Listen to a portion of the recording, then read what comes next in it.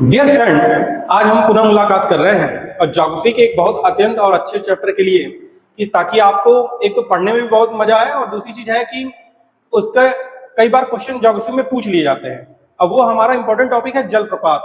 तो आज हम एक तो ये काम करेंगे कि जलप्रपात होता क्या है ये समझेंगे और 10 प्रमुख जलप्रपात के विश्व के 10 प्रमुख जलप्रपातों के बारे में जानेंगे। तो देखिए पहला काम क्या करते हैं हम लोग, जलप्रपात के बारे में जानते हैं। देखिए जलप्रपात जो होता है वो होता क्या है वो समझना जरूरी है।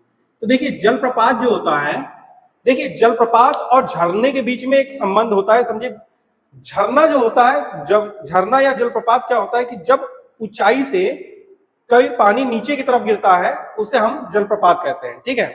लेकिन झरना क्या होता है, जब वो पहाड़ी के किनारे से होते हुए कोई नदी की धारा बहती है ऊंचाई से तो उसे हम झरना कहते हैं। और दोनों का उपयोग क्या था, पुराने जमाने में भी है और आज के जमाने में।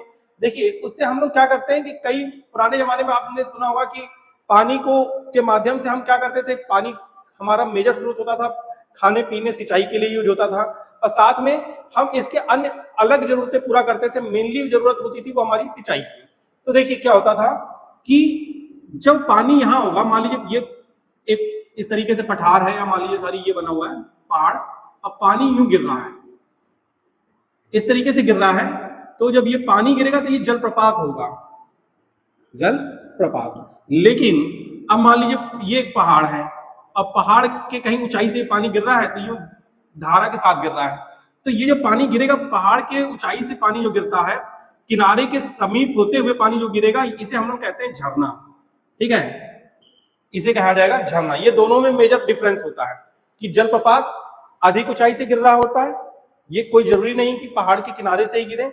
झरने में क्या होता है, ये पहाड़ के किनारे से गिरता है। दूसरी एक सबसे बड़ी बात ये समझनी है कि दोनों में पानी गिरता कहां से, जो ऊंचाई पे कठोर भूमि होती है उससे वो गिरता है नीचे जो सॉफ्ट होती है यानी मृदुल होती है, कोमल की तरफ गिरता है। तो उससे क्या होता है, जब पानी ऊपर से कठोर जमीन से नीचे की तरफ गिरेगा तो जिस जगह पे गिरेगा वहां पे क्या होगा, मिट्टी का कटान होगा। और मिट्टी का जब कटान होगा इसी को बोला जाता है मृदा अपवर्दन, यानी क्या कहते हैं, मृदा का अपवर्दन होता है। मतलब मिट्टी का कटान जिसे कहते हैं ना कि जल मिट्टी का जो कटान होगा वही हमारा क्या कहलाएगा, मृदा अपवर्दन कहलाएगा। तो चलिए अब हम लोग देखते हैं कि जलप्रपात, विश्व के जो सर्वोच्च जलप्रपात है वो जलप्रपात हैं कौन कौन से। तो इसलिए पहले उसको काउंट करते हैं। विश्व के 10 सर्वोच्च जो जलप्रपात हैं वो कुछ इस प्रकार से हैं। देखिए एंजल जलप्रपात जो है ये पड़ता है वेनेजुएला में, ठीक है। फिर टुगेला आता है दूसरे नंबर पे, जो सबसे अच्छा जलप्रपात माना जाता है, दूसरे नंबर सर्वोच्च जलप्रपात है वो टुगेला है और वो है दक्षिण अफ्रीका में। फिर तीसरे नंबर पे है योसेमाइट। योसेमाइट जो है ये कैलिफोर्निया में पड़ता है, जो कि आप जानते हैं किसका पार्ट है, यूएसए का पार्ट है। फिर चौथे नंबर पे है मडलस फोसेन, मडलस फोसेन है, ये नॉर्वे में पड़ता है, ठीक है। फिर सुदरलैंड है, ये न्यूजीलैंड में पड़ता है 5वें नंबर पे, जो सर्वोच्च मैं बता रहा हूं। फिर देखिए यहां से हम आते हैं रिचनबैक। देखिए रिचनबैक जो है वो स्विट्जरलैंड में पड़ता है, 6ठे नंबर का सबसे ऊंचा जलप्रपात है।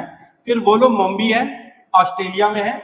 ये ऑस्ट्रेलिया थोड़ा यहाँ गलत लिख गया है तो ऑस्ट्रेलिया कुछ ये होगा, ठीक है। और रिब्बन 8वें नंबर पे है, जो कि कैलिफोर्निया यानी फिर से आप देख रहे हैं यूएसए का ही है जलप्रपात, वहां पड़ता है ये। फिर गैर्वने जो है वो फ्रांस में पड़ता है सर्वोच्च में, ये फ्रांस का है। और फिर लास्ट में है टाइसेफाउलेन। टाइसेफाउलेन जो है वो नॉर्वे में पड़ता है। तो आप इस प्रकार से देख रहे हैं कि टोटल 10 जलप्रपात है जो सर्वोच्च है पूरे वर्ल्ड में। आपको बस एग्जाम पॉइंट ऑफ व्यू से सिर्फ ये 10 पढ़ के चले जाना है। तो इन्हीं में से कोई ये पूछ लेगा कि आपका नॉर्वे में कौन सा जलप्रपात है या सर्वोच्च जलप्रपात कौन सा, तो सर्वोच्च जलप्रपात कौन सा है, एंजल है। पूछ लेगा दूसरा कौन सा, दक्षिण अफ्रीका में सबसे सर्वोच्च जलप्रपात कौन है, वो टुगेला है।